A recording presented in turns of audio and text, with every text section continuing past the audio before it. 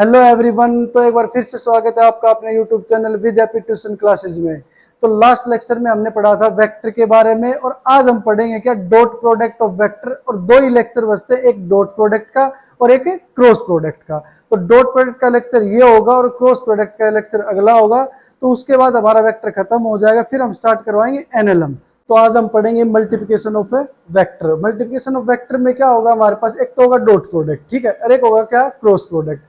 अब multiplication of vector जैसे ही हम पढ़ते हैं, जैसे हमारे पास नाम आता है मल्टीप्लिकेशन ऑफ वेक्टर, यहाँ हम क्या पढ़ेंगे, सबसे पहले पढ़ेंगे अगर मैं स्केलर की मल्टीप्लाई किससे करवाऊं, वेक्टर से करवाऊं तो कौन सी क्वांटिटी मिलेगी। तो स्केलर की मल्टीप्लाई जब भी वेक्टर से होती है तो ध्यान रखना हमारे पास कैसी क्वांटिटी होगी, वेक्टर क्वांटिटी मिलेगी। कैसी क्वांटिटी मिलेगी हमें, वेक्टर क्वांटिटी मिलेगी। ऑलवेज, बिल्कुल ऑलवेज होगी कि जब भी हम स्केलर की मल्टीप्लिकेशन वेक्टर के साथ करवाते हैं तो हमें वेक्टर क्वांटिटी मिलती है। अब अगर इसका कोई एग्जांपल पूछ रहे तो एग्जांपल क्या होगा, जैसे मैं बात करूं मोमेंटम की। अब मोमेंटम सभी ने पढ़ा होगा कि मोमेंटम क्या होता है, पी से डिनोट करते हैं, सबको पता है मोमेंटम पी से डिनोट करते हैं। तो mass into velocity, mass into velocity. और अब ये भी पता है कि जो वेलोसिटी है वो कैसी क्वांटिटी है, वेक्टर क्वांटिटी है। मास कैसी क्वांटिटी है, स्केलर क्वांटिटी है। वेलोसिटी वेक्टर क्वांटिटी, मास कैसी क्वांटिटी हमारे पास, स्केलर क्वांटिटी। और जो हमें मिलेगा मोमेंटम वो कैसी क्वांटिटी होगी, वेक्टर क्वांटिटी होगी। तो ये चीज ध्यान रखना, स्केलर की मल्टीप्लिकेशन वेक्टर के साथ करेंगे तो वेक्टर क्वांटिटी मिलेगी और ऑलवेज वेक्टर क्वांटिटी मिलती है। जैसे एक फेमस एग्जांपल हमारे पास F इजिकल टू एम में, फादर इजिकल टू माँ, न्यूटन सेकंड लॉ। तो F इजिकल टू एम में। अब यहाँ एक्सेलरेशन की बात करें तो एक्सेलरेशन कैसी क्वांटिटी है, सबको पता है एक्सेलरेशन कैसी क्वांटिटी, हमारे पास वेक्टर क्वांटिटी। मास फिर से स्केलर क्वांटिटी और फोर्स कैसी क्वांटिटी है, वेक्टर क्वांटिटी। तो जब हमने स्केलर की मल्टीप्लिकेशन वेक्टर के साथ करवाई तो क्या है हमारे पास, वेक्टर क्वांटिटी मिली। ठीक है, ये बात समझ में आ गई। अब अगर मैं दूसरी बात करूं सिंपल में कि अगर मेरे पास कोई वेक्टर है, ये क्या है, कोई वेक्टर ए है 2i cap plus 3j cap plus 2k cap, और मुझे इसकी मल्टीप्लिकेशन करनी किसी स्केलर के साथ। अगर किसी स्केलर के साथ मल्टीप्लिकेशन करनी है तो मैं कहूं कि मुझे 2a वेक्टर करना है, ये स्केलर क्वांटिटी, ये वेक्टर क्वांटिटी। तो क्या मिलेगा हमारे पास, 2 की मल्टीप्लाई 2 के साथ 4i कैप, 3 के साथ 6j कैप, 2 के साथ 4k कैप। अब ये कैसी क्वांटिटी मिली भैया हमें, और आई कैप जे कैप के कैप तुम सबको पता होगा क्या होता है। अगर नहीं पता तो लिंक मैं डिस्क्रिप्शन में डाल दूंगा, जो ऑर्थोगोनल यूनिट वेक्टर करवाए थे उसका, तो वहां से देख लेना। तो 4i cap 6j cap 4k cap, तो कैसी क्वांटिटी मिली हमें, ये क्वांटिटी मिली वेक्टर। तो ये चीज ध्यान रखना, मल्टीप्लिकेशन ऑफ वेक्टर में जब हम स्केलर की मल्टीप्लाई वेक्टर के साथ करवाते हैं तो हमें कैसी क्वांटिटी मिलती है, वेक्टर क्वांटिटी मिलती है। इतनी बात समझ में आ गई। चलो जल्दी से इसको स्क्रीनशॉट लो, उसके बाद हम आगे चलते हैं। ठीक है, चलो आगे देखो। अगर मैं सेकंड में बात करूं, लो अगर हम सेकंड में बात करें, अगला पेज निकाल लेते हैं हम, ये वाला लो। ठीक है, अगर हम आगे बात करें कि अगर मैं मल्टीप्लाई करूं किसकी, वेक्टर की वेक्टर के साथ, अगर वेक्टर की मल्टीप्लिकेशन वेक्टर के साथ करें तो हमें क्या मिलेगा। यहां ये चीज याद रखने की है, क्या याद रखने का है, जब भी हम वेक्टर की मल्टीप्लिकेशन वेक्टर के साथ करते हैं तो हमें दो क्वांटिटी मिलती है। कौन सी, एक तो क्वांटिटी मिलेगी वो होगी कौन सी, स्केलर क्वांटिटी, और दूसरी क्वांटिटी मिलेगी वो होगी कौन सी, वेक्टर क्वांटिटी। ऐसा कैसे, चलो अभी यही प्रूफ करवाते हैं। तो सबसे पहले अगर हम बात करें, मैं बात करता हूं किसकी, स्केलर क्वांटिटी की। अगर मैं वेक्टर की मल्टीप्लाई वेक्टर के साथ करूं तो कौन सी क्वांटिटी मिलती है हमें, स्केलर क्वांटिटी। अगर मैं एग्जांपल बात करूं, जैसे देखो वेक्टर क्वांटिटी, कोई भी दो वेक्टर क्वांटिटी है, अगर आपस में मल्टीप्लिकेशन करेंगे तो उसका स्केलर मतलब मैग्नीट्यूड मिलता है हमें, कोई डायरेक्शन नहीं देता वो। अब जैसे मैं यहाँ पे एग्जांपल की बात करूं, पहला एग्जांपल जैसे मैं बात करूं वर्क डन, क्या होगा, वर्क डन। अब वर्क डन क्या होता है, फोर्स इंटू डिस्प्लेसमेंट। सबको पता है वर्क डन का फॉर्मूला, अगर नहीं पता तो आगे लेक्चर आते जाएंगे तो ये ध्यान रखना। तो फोर्स इंटू डिस्प्लेसमेंट, फोर्स क्या होगा यहाँ पे, फोर्स वेक्टर क्वांटिटी है, डिस्प्लेसमेंट भी कैसी क्वांटिटी, ये भी वेक्टर क्वांटिटी है। और फोर्स और वेक्टर डिस्प्लेसमेंट दो हमारे पास दोनों वेक्टर क्वांटिटी, और जो वर्क डन होगा ना, तो जो वर्क डन है वो हमारे पास कैसी क्वांटिटी मिलेगी हमें, वो है स्केलर क्वांटिटी। मतलब वर्क कहाँ से हो रहा है, अगर मैं कोई भी वर्क कर रहा हूं तो क्या उसकी डायरेक्शन पता है कि मैं वर्क किस डायरेक्शन में कर रहा हूं, बिल्कुल नहीं। तो वर्क डन स्केलर क्वांटिटी, ये दोनों कैसी क्वांटिटी ही, ये दोनों हमारे पास वेक्टर क्वांटिटी। तो जब हम वेक्टर की मल्टीप्लिकेशन वेक्टर के साथ करते हैं तो हमें कैसी क्वांटिटी मिलती है, एक तो स्केलर, स्केलर का एग्जांपल ये रहा। एक अगर मैं दूसरे एग्जांपल की बात करूं जैसे पावर, अब पावर कहोगे वर्क डन अपॉन टाइम, वो पावर नहीं, एक फॉर्मूला और होता है पावर का, वो क्या होता है, फोर्स इनटू वेलोसिटी। ठीक है, पावर क्या होती है, फोर्स इनटू वेलोसिटी, यहां वेक्टर साइन नहीं आएगा। ठीक, क्यों, क्योंकि पावर जो क्वांटिटी है वो हमारे पास स्केलर क्वांटिटी है। पावर कैसी क्वांटिटी है, स्केलर। अब फोर्स और वेलोसिटी दोनों कैसी क्वांटिटी है हमारे पास, वेक्टर।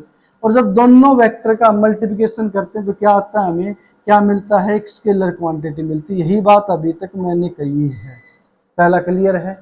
ठीक है, कोई प्रॉब्लम है, दो वेक्टर का डॉट प्रोडक्ट। अब यहां ध्यान रखना, जो स्केलर क्वांटिटी मिलेगी, जो स्केलर प्रोडक्ट होता है वो क्या होता है हमारे पास, डॉट प्रोडक्ट होता है। क्या होता है, डॉट प्रोडक्ट बोलते हैं। स्केलर प्रोडक्ट को क्या बोलेंगे, डॉट प्रोडक्ट। इंपॉर्टेंट है, ध्यान रखना, डॉट प्रोडक्ट और क्रॉस प्रोडक्ट आते हैं, तो डॉट प्रोडक्ट क्या होगा, हमारे पास स्केलर क्वांटिटी होगी। अब यहाँ एक चीज और ध्यान रखने की, उसको मैं दूसरे मार्कर से लिख देता हूँ। यहाँ पे क्या आएगा, जो डॉट प्रोडक्ट वहां जो एंगल होगा ना, वो कौन सा आएगा, कोस ऑफ थीटा आएगा। अगर किसी ने ये फॉर्मूला पढ़ रखा है फोर्स इंटू डिस्प्लेसमेंट, तो उसने ये जरूर पढ़ रखा होगा कि वर्क डन जो होता है वो क्या होता है, फोर्स इंटू डिस्प्लेसमेंट, डी से मान लेता हूं। जब मैं ये डॉट हटाता हूं ना, क्या जब मैं ये डॉट को रिमूव कर दूं तो हमारे पास एक एंगल आता है, वो कौन सा एंगल आता है, कोस थीटा आता है। अगर किसी को वर्क डन के बारे में पढ़ा है, 9th क्लास में आता है force into displacement cos of theta. तो ध्यान रखना कि जब वेक्टर की मल्टीप्लिकेशन वेक्टर के साथ हो तो हमें स्केलर क्वांटिटी मिलेगी, और स्केलर क्वांटिटी मतलब वो कौन सा प्रोडक्ट है, डॉट प्रोडक्ट, और इसी को हम क्या बोलते हैं कि स्केलर प्रोडक्ट बोलते हैं। इतनी बात समझ में आई। तो ये तो है हमारे पास किसकी बात, स्केलर की। अगर मैं सेकंड बात करूं, किसकी बात करते हैं, अब हम बात करते हैं दूसरे की, वेक्टर प्रोडक्ट की। जब मैं वेक्टर की मल्टीप्लाई वेक्टर के साथ करूं और कैसी क्वांटिटी मिले, वेक्टर क्वांटिटी मिले, तो वो क्या होता है, हमारे पास वेक्टर प्रोडक्ट होता है। ठीक है, ध्यान रखना, डॉट प्रोडक्ट, स्केलर प्रोडक्ट, या फिर इसका दूसरा नाम क्या है हमारे पास है, डॉट प्रोडक्ट के अलावा क्रॉस प्रोडक्ट। अब डॉट और क्रॉस में अंतर है, अभी तक मल्टीप्लिकेशन पढ़ी है मैथ में हमने, दोनों मल्टीप्लिकेशन है, लेकिन यहाँ डॉट प्रोडक्ट है, यहाँ क्रॉस प्रोडक्ट है। तो वेक्टर की मल्टीप्लिकेशन वेक्टर के साथ करेंगे तो वेक्टर क्वांटिटी ही मिलेगी, और जो वेक्टर क्वांटिटी मिलेगी उसको क्या बोलते हैं हम, वेक्टर प्रोडक्ट, या हम क्या बोलेंगे, क्रॉस प्रोडक्ट बोलेंगे।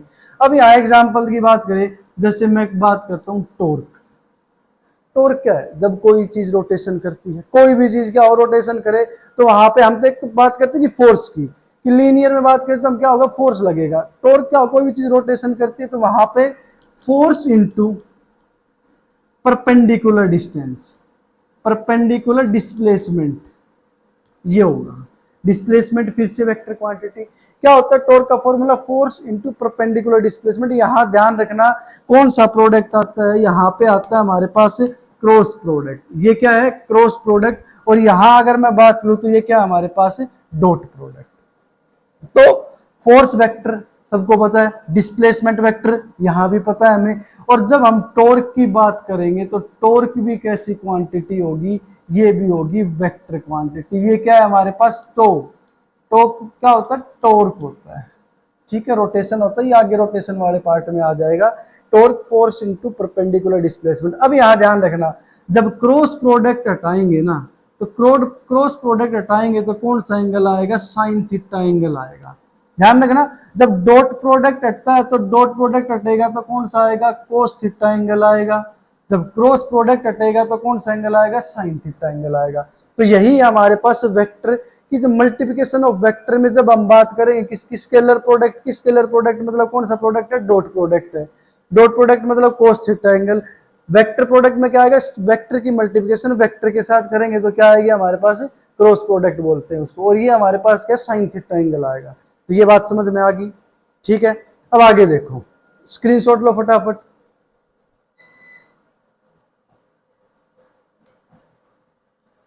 आगे अगर हम बात करें,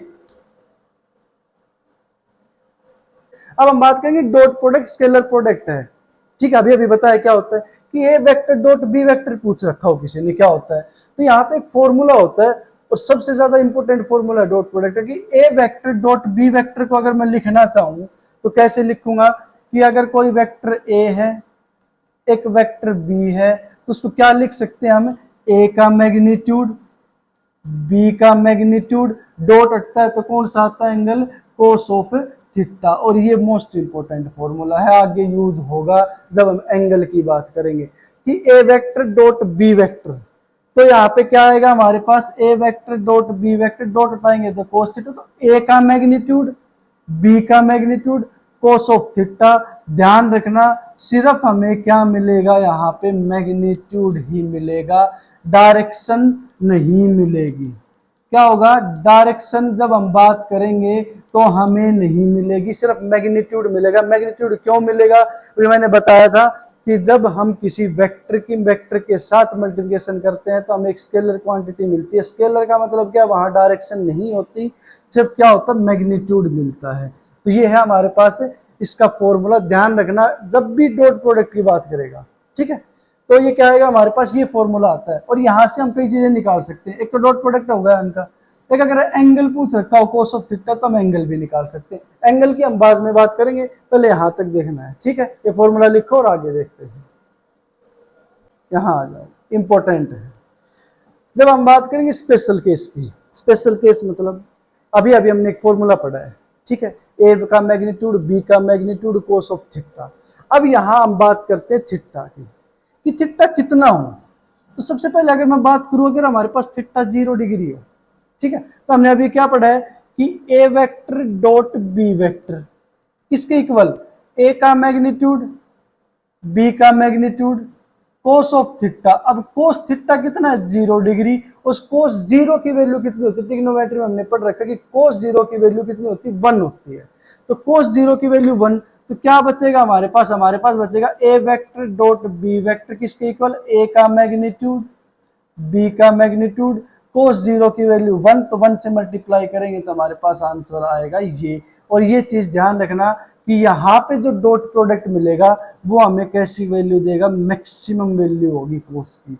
तो यहाँ लिख लेना कि कोस 0 होता है ना, कोस 0 वो होता है कितना, 1। तो मैक्सिमम वैल्यू होगी यहाँ पे, कैसी वैल्यू होगी, मैक्सिमम वैल्यू होगी डॉट प्रोडक्ट में।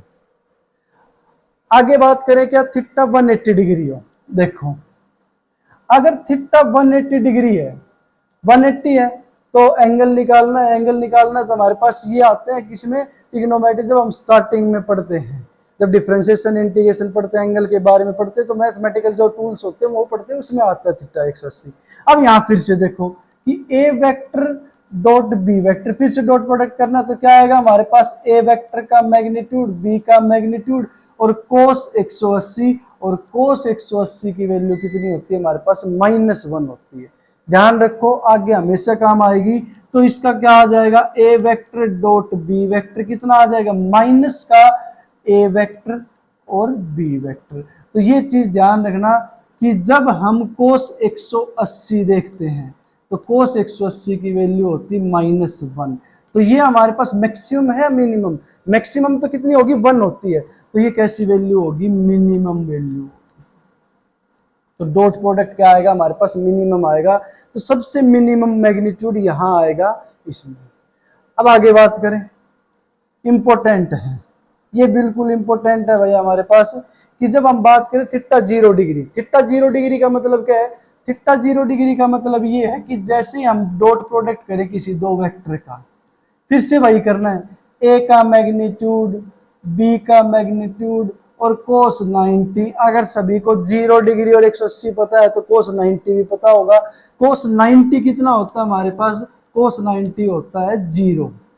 तो अगर मैं ए का मैग्नीट्यूड और बी का मैग्नीट्यूड कोस 90 की वैल्यू 0 से मल्टीप्लाई करूं तो कितना आ जाएगा हमारे पास डॉट प्रोडक्ट, तो डॉट प्रोडक्ट आ जाएगा किसके इक्वल, 0 के इक्वल। और ये इंपॉर्टेंट है, इंपॉर्टेंट तीनों है, लेकिन ये इसके पे क्वेश्चन करवाएंगे काम, इस पे क्या करवाएंगे, क्वेश्चन करवाएंगे।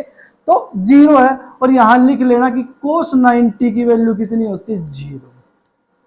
ठीक है, तो मैक्सिमम वैल्यू यहां 0 डिग्री पे, मिनिमम वैल्यू 180 डिग्री पे, और थीटा 0 डिग्री मतलब क्या हमारे पास 90 पे कितना होगा, कोस जब एंगल 90 डिग्री हो तो कितना आएगा हमारे पास, 0 आएगा। इतनी बात समझ में आ गई। तो ये इंपॉर्टेंट है, कोस 90 पे कितनी होती है हमारे पास डॉट प्रोडक्ट की वैल्यू, 0। अब यहाँ कई बार तुम्हें बुक में ये लिखा मिल जाएगा कि अगर ए वेक्टर ये है और बी वेक्टर इनका डॉट प्रोडक्ट करते हैं, तो कई बार तुम्हें ये मिल जाता है कि A B cos of theta. घबराने की जरूरत नहीं है, कुछ नहीं होने वाला, ये भी मैग्नीट्यूड है, ये भी मैग्नीट्यूड है। और हम पीछे वेक्टर में बता चुके हैं कि अगर मुझे ऐसा मिल जाए तो वो किसके इक्वल है, इसके इक्वल है, कि ये मैग्नीट्यूड है, ये भी हमारे पास क्या किसी वेक्टर का मैग्नीट्यूड है। तो ये इंपॉर्टेंट है, तीनों आगे काम आएंगे, तो जल्दी से स्क्रीनशॉट लो इनका।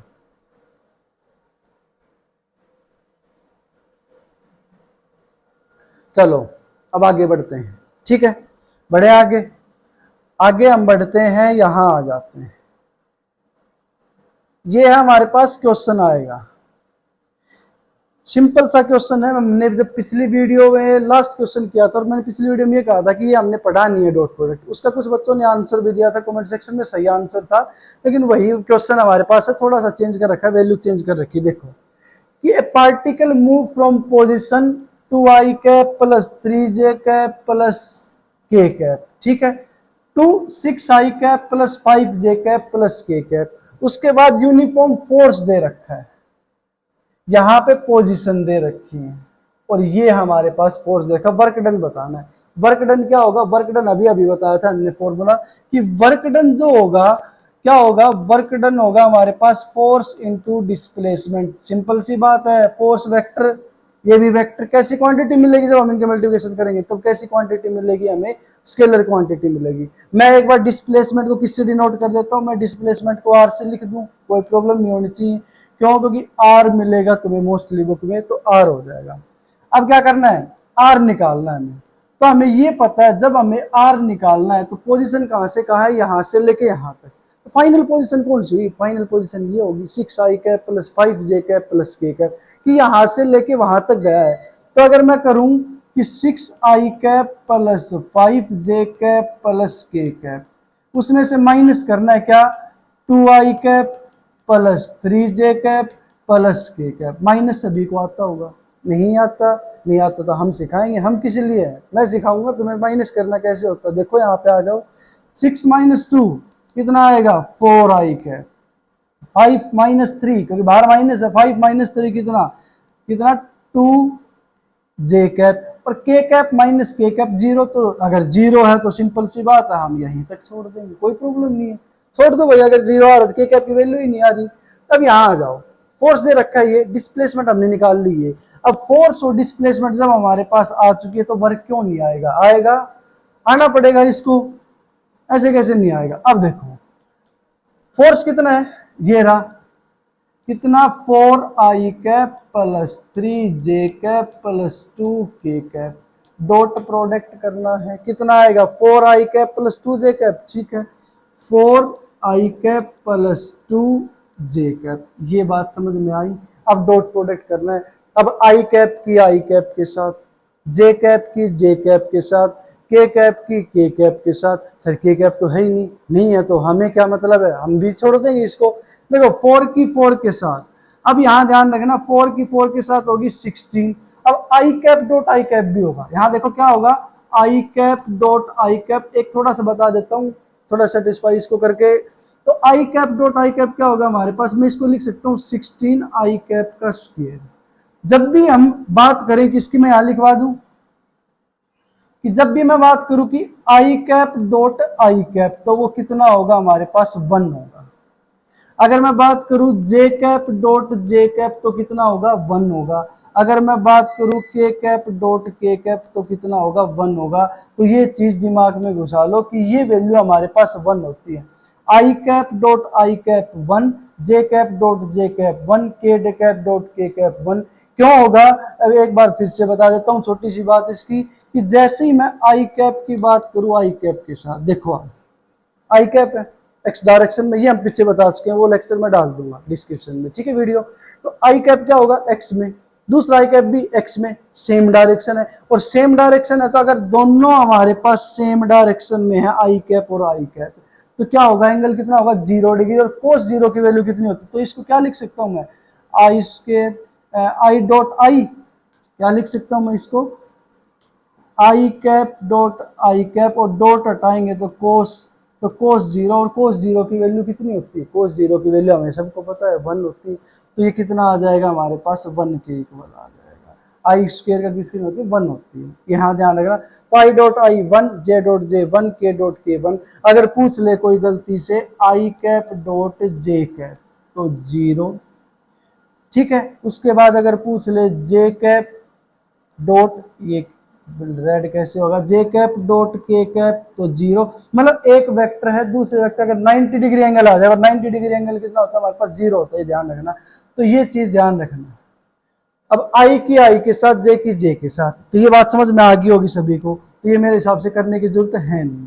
तो क्या होगा, 4 की 4 के साथ 16, तो 4 की 4 के साथ 16, 3 की 2 के साथ 3 2 जा 6, तो +6, सिंपल सी बात है, जे डॉट जे। अब आई की अगर मैं इसके साथ करूं 16 आई की अगर मैं इसके साथ तो कितना आएगा, 4 2 8 तो कर दोगे, लेकिन यहाँ पे आई डॉट जे, और आई डॉट जे कितना होता है 0 होता है, तो 0 हो जाएगी वैल्यू। तो इसलिए हमें ध्यान रखना कि आई की आई के साथ, जे की जे के साथ, और के किसके के साथ करनी, तो के की मल्टीप्लाई के साथ, यहाँ पे के है ही नहीं तो 0, तो यहाँ पे 0, तो कितना आएगा 16 + 6 22, क्या निकालना था हमें, वर्क डन, वर्क डन कितना आ जाएगा 22 जूल ऑफ वर्क डन आ जाएगा। अब बताओ क्या बताएं, ये बताओ कि ये हमारे पास स्केलर है या वेक्टर है, क्या है हमारे पास, स्केलर क्वांटिटी है, मैग्नीट्यूड ही तो है। और हमने जब स्टार्टिंग में पढ़ाया तो क्या पढ़ाया था कि हमारे पास स्केलर प्रोडक्ट क्या आएगा, मैग्नीट्यूड ही आएगा, यहाँ पे इसका क्या नहीं आता, डायरेक्शन नहीं आती, तो 22 जूल ऑफ वर्क डन हुआ है। तो ये जल्दी से स्क्रीनशॉट लो। अगला क्वेश्चन है इंपॉर्टेंट, यहाँ आ जाओ, जल्दी से क्वेश्चन को पढ़ो। नहीं आता समझ में, मुझे भी नहीं आती भाई इंग्लिश, तो देखो थोड़ी तो समझनी पड़ेगी कि the find value of P, P vector है, value of P vector so that vector 4i cap -2j cap plus k cap. अब ध्यान रखना, में परपेंडिकुलर, क्या है ये, में परपेंडिकुलर टू द वेक्टर इसके। अब परपेंडिकुलर है, परपेंडिकुलर हमने क्या पढ़ा था कि जब cos 90 हो, cos 90 की वैल्यू होती है 0, और जब ए वेक्टर ये दे रखा है, बी वेक्टर ये दे रखा है, और ए वेक्टर और बी वेक्टर दे रखे होंगे, ए वेक्टर डॉट बी वेक्टर, और cos 90 किसके इक्वल आता है 0 के इक्वल आता है, ये हमें सबको पता है। अब यहाँ अगर मैं बात करूं, ए वेक्टर कितना है 4i कैप, ये कितना है -2j कैप, कितना है हमारे पास -2j कैप, और कितना है +k कैप। ये बात समझ में आ गई बिल्कुल। बी वेक्टर डॉट प्रोडक्ट करना सबको आता होगा। अब 3i कैप, ये कितना है 6j कैप, और ये कितना है हमारे पास p k cap equal to कर दिया 0। तो वही फॉर्मूला लगा है डॉट का, ए का मैग्नीट्यूड बी का मैग्नीट्यूड cos 90 कितना 0, cos 90 0, तो पूरी वैल्यू 0, तो ये कर दिया। अब मल्टीप्लिकेशन आती है, नहीं आती, मैं सिखाऊंगा, मैं किस लिए हूं, देखो 4 3 जा 12, आई की आई के साथ, जे की जे के साथ, के की के के साथ, 4 3 जा 12, तो 12 आई डॉट आई 1, तो यहाँ पे रख दिया। 2 6 जा, तो ये भी 12 होगा, माइनस का 12 होगा, लेकिन क्यों, क्योंकि यहाँ पे माइनस है, तो 2 6 12 या 6 2 12 है। आगे बात समझ में, के की इसके साथ, लेकिन यहाँ इसके साथ क्या है p है, यहाँ इसके साथ क्या है 1 है, तो क्या मैं इसको इसके साथ कर दूं, p वेक्टर इक्वल टू 0 कर दूं। p की अगर 1 के साथ होती, p आता k डॉट के कितना आएगा हमारे पास 1 हो जाएगा, तो p वेक्टर। अब 12 - 12 कितनी 0, तो यहाँ पे क्या आ जाएगा 0, इतना तो बच्चे हो नहीं, तो p वेक्टर कितना आया हमारे पास, p वेक्टर आया किसके इक्वल 0 के इक्वल आया। आगे बात समझ, क्योंकि 12 - 12 क्या हो जाएगा 0, तो ये कट गया, तो p वेक्टर कितना है हमारे पास 0 आया, तो ये p की वैल्यू आई है, जरूरी नहीं 0 आई है, कितनी भी आ सकती है। तो ध्यान रखना 4 की 3 के साथ, 2 की 6 के साथ, और k की किसके साथ p के, और p की वैल्यू हमें फाइंड आउट करें, तो p की वैल्यू कितनी है हमारे पास 0 आई, तो ये हुआ हमारे पास सोल्व। जल्दी से स्क्रीनशॉट लो। तो चलिए देखिए, अब पढ़ते हैं हम एंगल बिटवीन टू वेक्टर। और हमने पीछे अभी पढ़ा था कि जब भी मैंने बताया था कि इंपॉर्टेंट फॉर्मूला है कि A vector dot B vector किसके इक्वल आएगा हमारे पास, अभी अभी बताया था ए का मैग्नीट्यूड, बी का मैग्नीट्यूड और कोस ऑफ थीटा। और मैंने ये बताया कि जब एंगल की बात करेंगे तो एंगल मतलब कोस थीटा की बात कर रहा है, तो कोस थीटा क्या होगा हमारे पास कि ए वेक्टर का मैग्नीट्यूड डॉट बी वेक्टर का मैग्नीट्यूड डिवाइड बाई क्या आ जाएगा, ए का मैग्नीट्यूड और बी का मैग्नीट्यूड। ये बात समझ में आ गई? कोई प्रॉब्लम है? नहीं, मैंने बताया था इंपॉर्टेंट है। कोस थीटा क्या होगा, ए वेक्टर डॉट बी वेक्टर, ए और बी का डॉट प्रोडक्ट, और ए का मैग्नीट्यूड और बी का मैग्नीट्यूड अलग अलग निकालना है। इतनी बात समझ में आ गई? तो ये है एंगल का इंपॉर्टेंट फॉर्मूला, मतलब डॉट प्रोडक्ट का फॉर्मूला क्या आएगा जब एंगल निकालना हो, तो ये आएगा हमारे पास एंगल निकालना हो तो। अब आगे देखो, इस पे क्वेश्चन है, इस पे क्वेश्चन क्या है हमारे पास, ये रहा कि find angle between A vector and B vector. सीधा सीधा दे दिया कि ए वेक्टर दे रखा है, बी वेक्टर दे रखा है, एंगल निकालना है। और एंगल का फॉर्मूला अभी बताया हमने कि कोस थीटा किसके इक्वल होगा, ए का वेक्टर का बी वेक्टर का डॉट प्रोडक्ट और ए का मैग्नीट्यूड और बी का मैग्नीट्यूड। अभी बताया। चलो करें सोल्व, आ जाओ बढ़ते हैं आगे। तो जैसे ही हम आगे आए तो हमें सबसे पहले क्या करना है, हमें सबसे पहले करना है ए वेक्टर और बी वेक्टर का डॉट प्रोडक्ट। डॉट प्रोडक्ट अभी पीछे क्वेश्चन में किया था हमने, वैसा ही सेम है कि आई कैप प्लस जे कैप प्लस के कैप, डॉट प्रोडक्ट किसके साथ होगा, माइनस का 2 कैप माइनस का 2 कैप माइनस का 2 कैप। ठीक है, ये बात समझ में आई? आई का आई के साथ, जे के साथ, के का के साथ। तो आई वेक्टर का आई वेक्टर के साथ तो आई कैप और माइनस का 2 कैप, तो कितना आएगा माइनस का 2। जे का -2 के साथ माइनस का 2, के का -2 के साथ माइनस का 2।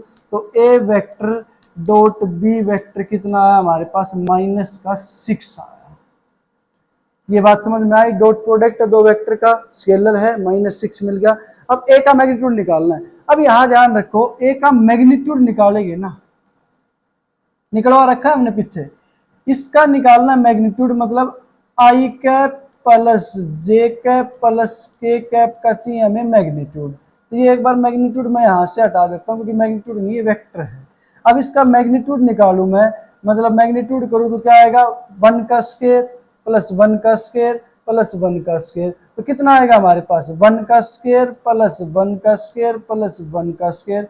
तो कितना आया, ये आया √3 आया। आगे समझ में? बी का निकालना हो तो बी का मैग्नीट्यूड निकालना हो तो मैं सीधे निकाल दूं, यहाँ पे बी वेक्टर का मैग्नीट्यूड के पीछे निकाल चुके हैं।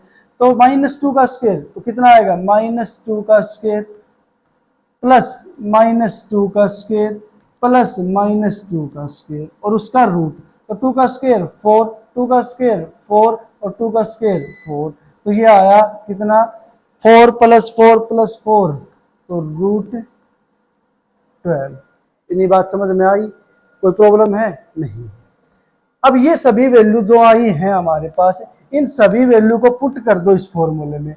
तो जैसे इस फॉर्मूले पुट करेंगे, √12 √3 और ये -6, तो कोस थीटा -6, ये √3, ये कितना √12, तो कितना होगा 12, ये आ जाएगा -6 अपॉन ये आ जाएगा √36। और √36 को क्या लिख सकते हैं, ये -6, ये कितना आ जाएगा हमारे पास 6। तो 6 से 6 गया तो कोस थीटा आया -1। देखा हुआ लगता है कहीं ना कहीं, बिल्कुल।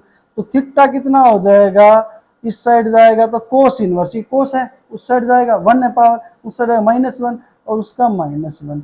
तो ये वैल्यू कितने पे होती है, अक्सर में लिखते हैं इसको ऐसे हैं, मैं बता देता हूं तुम्हें कि theta = cos inverse, theta = cos inverse. और ये कितने पे होती है हमारे पास, कोस 180 पे होती है। और कोस से ये कैंसिल, तो थीटा कितना आएगा, 180 आएगा। सीधा सीधा कर देना, इतना लिखने की जरूरत नहीं होती हमें।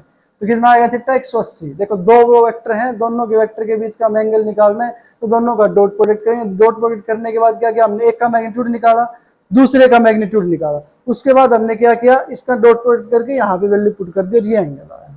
ठीक है, अगला क्वेश्चन आ जाओ, स्क्रीनशॉट लो फटाफट। ऐसा ही क्वेश्चन है, ये तुम खुद से करोगे, बता देता हूं। तुम्हें करना है वहीं से ए वेक्टर और बी वेक्टर का डॉट प्रोडक्ट निकालना है, ठीक है। ए का मैग्नीट्यूड निकालना है, बी का मैग्नीट्यूड निकालना है, दोनों का मैग्नीट्यूड निकाल के और हमें इस फॉर्मूले में पुट करना है। तो मुझे ये बताना कि कोस थीटा कि थीटा कितना आएगा, ये होमवर्क है तुम्हारा कि ए वेक्टर और डॉट बी वेक्टर है, दोनों का वेक्टर डॉट प्रोडक्ट करो, ए का मैग्नीट्यूड बी का मैग्नीट्यूड निकालो और मुझे ये क्वेश्चन करके दिखाना कि थीटा कितना आएगा। चलिए आगे देखते हैं। हमारे पास angle of A vector with coordinate axis important है, एक क्वेश्चन करवाऊंगा इस पे और क्वेश्चन तुम्हें करने। Angle of vector with coordinate axis. अब हमारे पास देखो तीन एक्सिस है, एक्स वाई एंड जेड। अगर मैं बात करूं कि ये हमारे पास कोई वेक्टर है ए, ठीक है, कोई भी वेक्टर मान लो हमारे पास वेक्टर है ए, वो है हमारे पास ए एक्स आई कैप प्लस ए वाई जे कैप प्लस ए जेड के कैप, ठीक है। ए वेक्टर है ए एक्स आई कैप, अब आई कैप यहाँ पे, जे कैप यहाँ पे और के कैप यहाँ पे। और ध्यान रखना कि ये एंगल दे रखा हो अल्फा, कोई प्रॉब्लम नहीं है, अल्फा गिवन है तो ठीक है। उसके बाद अगर हमारे पास ये एंगल दे रखा हो कौन सा, जे कैप वाला बीटा, लेकिन ध्यान रखो कि जो ये एंगल होगा वो किसके साथ होगा, हमारे पास ये एंगल होगा यहाँ पे, ये एंगल दे रखा हो बीटा। और लास्ट जो एंगल है हमारे पास, ये एंगल दे रखा हो क्या, इसके साथ गामा। तीन एंगल दे रखे हैं, एक्स एक्सिस के साथ अल्फा, वाई एक्सिस के साथ बीटा और इसके साथ गामा। लेकिन यहाँ पे इसके साथ जो गामा होगा वो बिल्कुल इसके साथ होगा। ये वेक्टर तो ये दे रखा है तो ये आएगा। अब यहाँ देखो अगर पूछ ले क्या बताना, हमें ये बताना है कि ए वेक्टर दे रखा है ये, और हमें क्या बताना है कि angle of A vector with coordinate axis, angle of vector बताना विद कोऑर्डिनेट एक्सिस के साथ। अब यहां मैं बात करूं सबसे पहले कि कोस की, कोस क्या है हमारे पास अल्फा, तो कोस अल्फा क्या होगा, देखो हमने ये स्टार्टिंग में पढ़ लिया था कि पंडित बद्री प्रसाद हर हर बोले, तो ये क्या था, base upon hypotenuse. Cos alpha क्या होगा, बेस अपॉन हाइपोटेन्यूज। बेस कितना है, देखो यहाँ पे अगर ये हमारे पास कोस है तो क्या आएगा, बेस ये होगा, और ये कितना आएगा हमारे पास, ये आ जाएगा ए एक्स। कोई प्रॉब्लम है नहीं, तो क्या कर सकता हूं मैं इसको, ए एक्स डायरेक्शन में है तो एक्स, क्योंकि ए वेक्टर है एक्स डायरेक्शन में एक्स अपॉन हाइपोटेन्यूज। हाइपोटेन्यूज कितनी है ये, अब ये हाइपोटेन्यूज है तो ए वेक्टर है, ए वेक्टर का मतलब क्या है, हमारे पास मैग्नीट्यूड है, तो क्या आएगा हमारे पास ए एक्स का स्क्वायर प्लस ए वाई का स्क्वायर प्लस ए जेड का स्क्वायर, और उसका क्या कर देंगे, रूट कर देंगे, तो ये आएगा इसके साथ एंगल।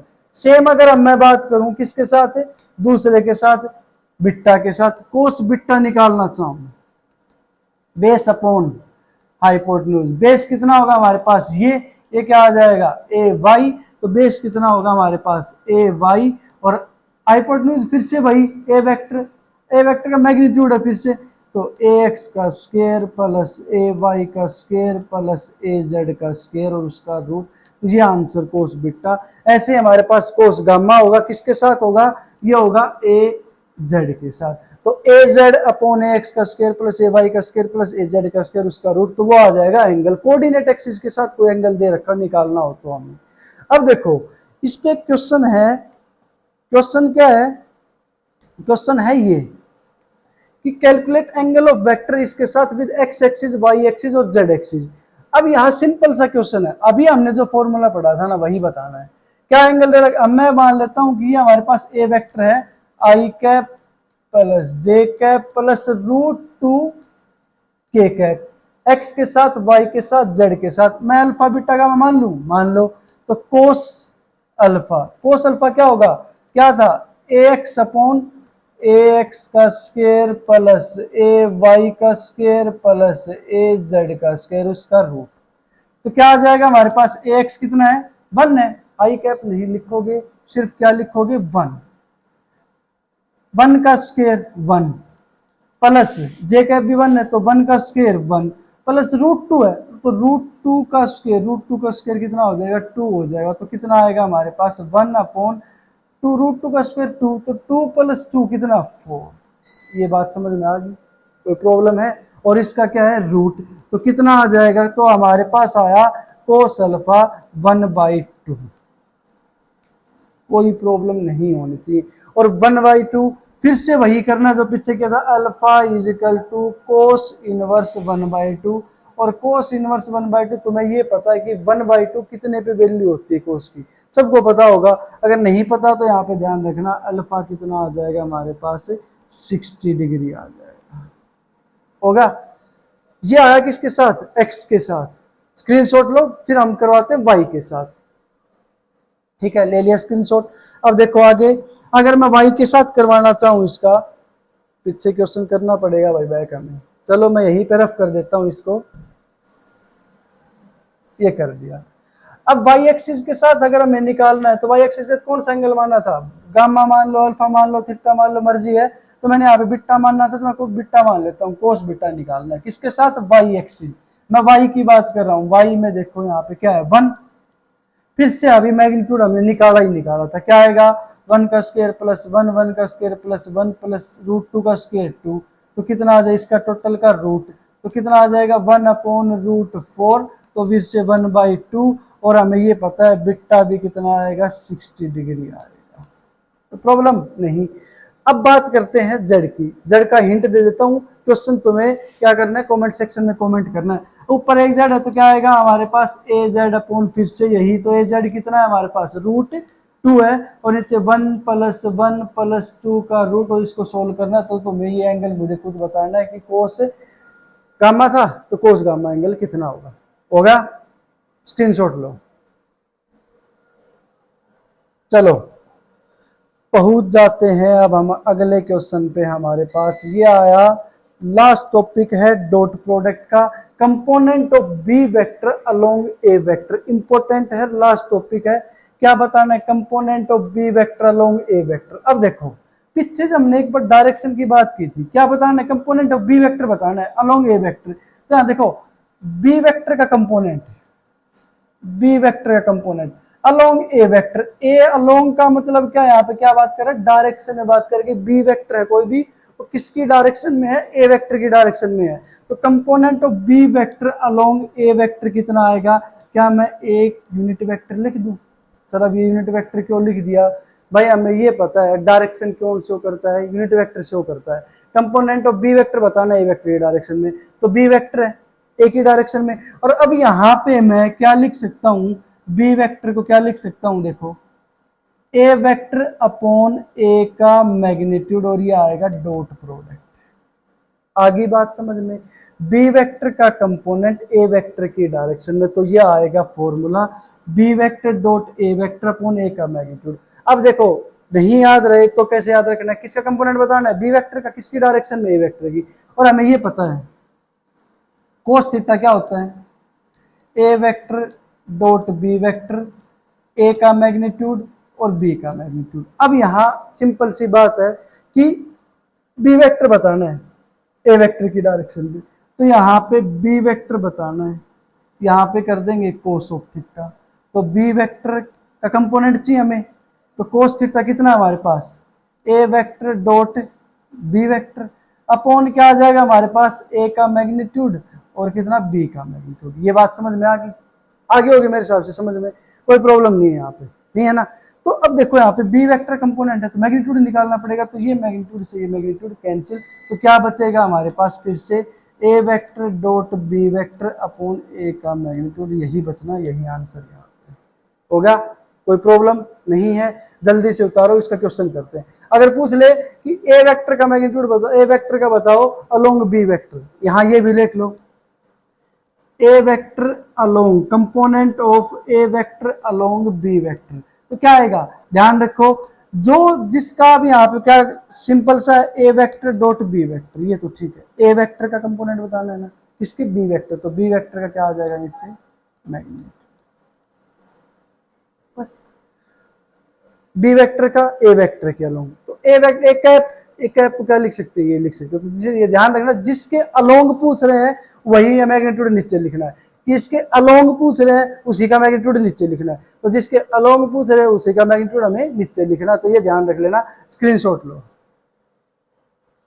हो गया, अगले क्वेश्चन पे आ जाओ, और ये हमारा आज का लास्ट क्वेश्चन है, ये रहा फिर हम इसका करेंगे समापन डॉट प्रोडक्ट का कि component of vector 2i cap plus 3j cap, मैं मान लेता हूं इसको a, किसके अलोंग, b के अलोंग, जिसका अलोंग बताना है उसी का मैग्नीट्यूड नीचे, वरना फॉर्मूला हम सबको पता है, component of a vector along b vector b cap, क्या लिख सकते हैं, a vector b vector upon b का मैग्नीट्यूड लिख सकते हैं। वैल्यू उतार लो जल्दी फटाफट, डॉट प्रोडक्ट अभी अभी पता है सभी को क्या होता है, a vector dot b vector करेंगे तो 2i cap plus 3j cap, किस क्या डॉट प्रोडक्ट करना है हमें किसके साथ, i cap plus j cap के साथ। देखो 2 का 1 के साथ 2i डॉट i 1, 3 का 1 के साथ 3, ये आया, कितना आया हमारे पास 5 आया।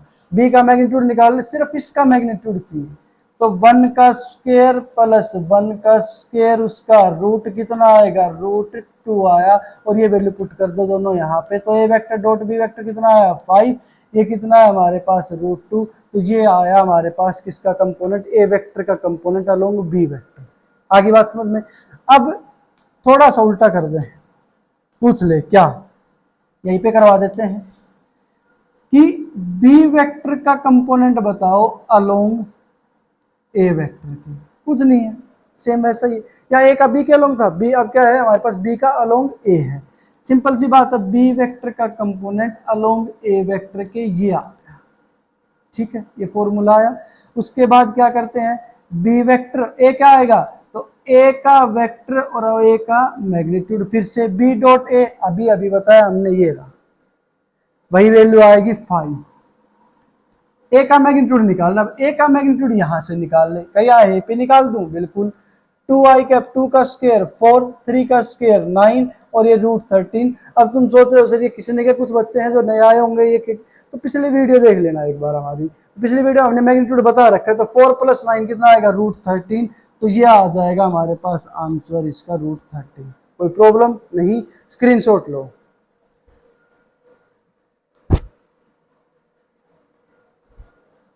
देखो हो गया, तो डॉट प्रोडक्ट में इतना ही, हमें इससे ज्यादा कुछ नहीं करना, डॉट प्रोडक्ट यहीं तक कंप्लीट है। अब आएगा क्रॉस प्रोडक्ट, अगली जो वीडियो आएगी वो क्रॉस प्रोडक्ट की आएगी, और क्रॉस प्रोडक्ट के बाद हमारा वेक्टर खत्म, फिर हम स्टार्ट करवाएंगे एनएलएम।